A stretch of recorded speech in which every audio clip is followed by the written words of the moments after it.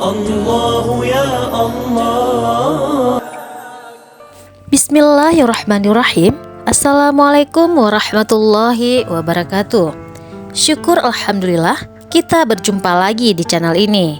Salawat dan salam tak lupa kita sanjung sajikan ke pangkuan Nabi besar Muhammad sallallahu alaihi wasallam. Allahumma sholli ala Sayyidina Muhammad wa ala ali Sayyidina Muhammad. Sahabat beriman yang dirahmati Allah Subhanahu wa taala, pernahkah kamu merasa semuanya hancur dalam hidupmu? Pernahkah kamu berada di titik di mana kamu merasa tak ada yang tersisa? Tidak ada harta, tidak ada keluarga, tidak ada kesehatan, tidak siapapun yang peduli. Hanya kamu dan air mata yang tak terhenti mengalir dalam sepi. Hari ini aku ingin membawamu masuk ke dalam sebuah kisah, bukan dongeng, bukan cerita fiktif, tapi kisah nyata dari seorang nabi yang sangat Allah cintai, yang bernama Ayub alaihissalam. Seorang hamba yang diuji dengan ujian paling berat dalam sejarah para nabi. Tapi ia tetap tersenyum, ia tetap bersyukur, ia tetap berkata, Engkaulah Tuhan yang maha penyayang di antara semua penyayang. Nabi Ayub alaihissalam bukanlah orang yang biasa. Beliau adalah seorang nabi yang dikaruniai kekayaan melimpah, ladang-ladang yang luas dipenuhi gandum emas yang siap panen, ribuan ternak memenuhi padang rumput miliknya, rumah megah, pelayan setia, dan kehidupan yang dipandang sempurna oleh manusia.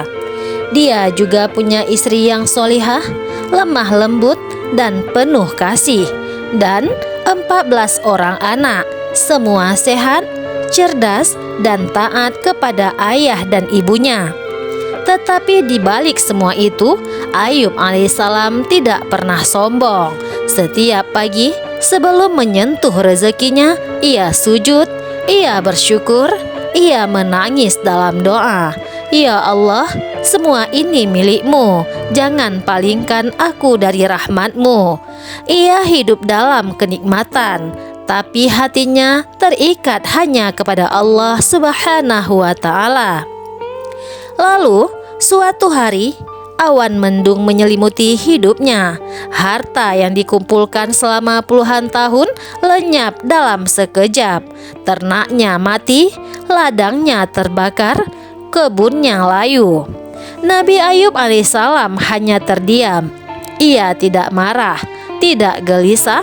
Ia hanya menatap langit dan berkata, Inna lillahi wa inna ilaihi roji'un. Tak lama, angin besar datang. Rumah tempat anak-anaknya berkumpul runtuh tertimpa badai. 14 anaknya meninggal dunia di hari yang sama. Coba bayangkan kamu berdiri di depan jasad anak-anakmu satu persatu. Yang dulu kau peluk, kini terbujur kaku. Nabi Ayub alaihissalam tetap menunduk. Air matanya jatuh, tapi lisannya masih berkata, Engkau maha bijaksana. Ya Allah, aku hanya milik-Mu. Namun ujian belum selesai.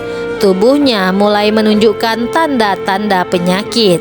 Kulitnya mengelupas, dagingnya luka, bau tubuhnya menyengat, dan orang-orang pun menjauhinya.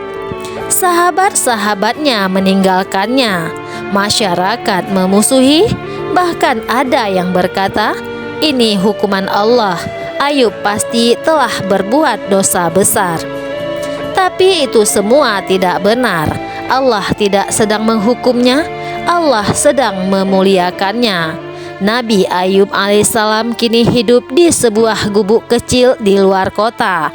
Tak ada harta, tak ada anak, tak ada kehormatan, dan hanya satu orang yang masih bertahan di sisinya, yaitu istrinya.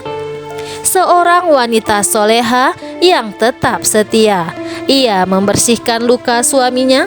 Ia mencari nafkah dengan tangannya sendiri. Ia menangis setiap malam, tapi ia tak pernah pergi.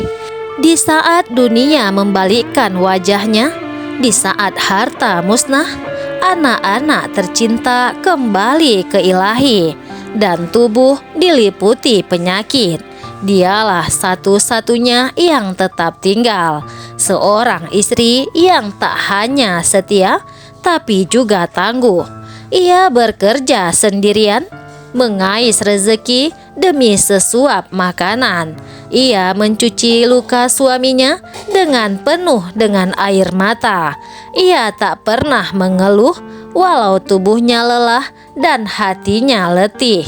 Namun pada suatu hari kelemahan manusiawinya muncul. Ia memohon, "Wahai Ayub, berdoalah pada Tuhanmu agar engkau disembuhkan." Tapi Nabi Ayub alaihissalam yang sabar berkata, "Aku malu meminta sembuh karena waktu sehatku lebih panjang daripada masa sakitku." Ia tak marah, ia tak membenci, ia hanya bersumpah akan memukul istrinya karena ucapannya. Tapi Tuhan yang Maha Penyayang mengajarkan kasih. "Ambillah seikat rumput dan pukullah dia dengannya, maka engkau tidak melanggar sumpahmu." Lalu Nabi Ayub pun menyentuh istrinya dengan kelembutan. Namun bahkan di titik ini, Ayub tak pernah mengeluh. Selama 18 tahun, ia hidup dalam kondisi yang seperti itu. Tapi tak sekalipun ia berkata, "Ya Allah, kenapa aku?" Lalu suatu malam, dalam keheningan dan luka yang tak kunjung sembuh, Ayub mengangkat tangannya dengan suara lirih. Ia berdoa, "Rabbi anni masaniyad duru wa anta arhamur rahimin." Ya Tuhanku, sesungguhnya aku telah ditimpa kesulitan, dan Engkaulah Tuhan yang Maha Penyayang. Dia tidak meminta kesembuhan, dia tidak meminta kekayaan, dia tidak meminta anak-anaknya kembali. Ia hanya mengakui bahwa ia lemah, dan Allah lah yang Maha Penyayang. Doa yang paling lembut, paling dalam, paling penuh cinta. Dan saat itulah Allah menjawab. Sebuah mata air muncul dari tanah di dekat kakinya. Allah berfirman, "Hentakkan kakimu ke tanah. Di situ ada air untuk mandi dan untuk minum." Nabi Ayub pun mandi dengan air itu, dan saat air itu menyentuh tubuhnya, setiap luka sembuh, setiap bau hilang, setiap penyakit lenyap. Ia kembali sehat, lebih kuat dari sebelumnya. Lalu Allah mengganti hartanya, melipat gandakannya, dan Allah memberi anak-anak baru sebagai hadiah atas kesabarannya. Sahabatku, kisah ini bukan hanya tentang seorang nabi. Ini adalah cerita tentang kamu dan aku. Saat hidup menghantam kita tanpa apapun, saat kita merasa ingin menyerah, belajarlah dari Nabi Ayub alaihissalam. Ketika diuji, dia sabar. Ketika ditinggal, dia bersyukur. Ketika sakit, dia tetap mencintai Tuhannya. Maka Allah angkat namanya, Allah puji dia dalam Al-Quran. Sesungguhnya kami dapati dia, Ayub, seorang yang sabar. Dialah sebaik-baik hamba. Sesungguhnya dia sangat taat. Quran Surat Shad ayat 44.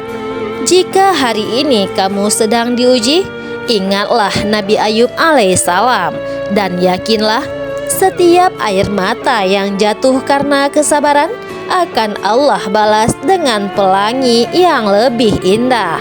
Sabar itu pahit di awal, tapi manis di akhir. Semoga kita semua diberi hati yang kuat seperti hatinya Nabi Ayub alaihissalam. Amin, Allahumma amin. Wallahu a'lam bishawab. Wassalamualaikum warahmatullahi wabarakatuh.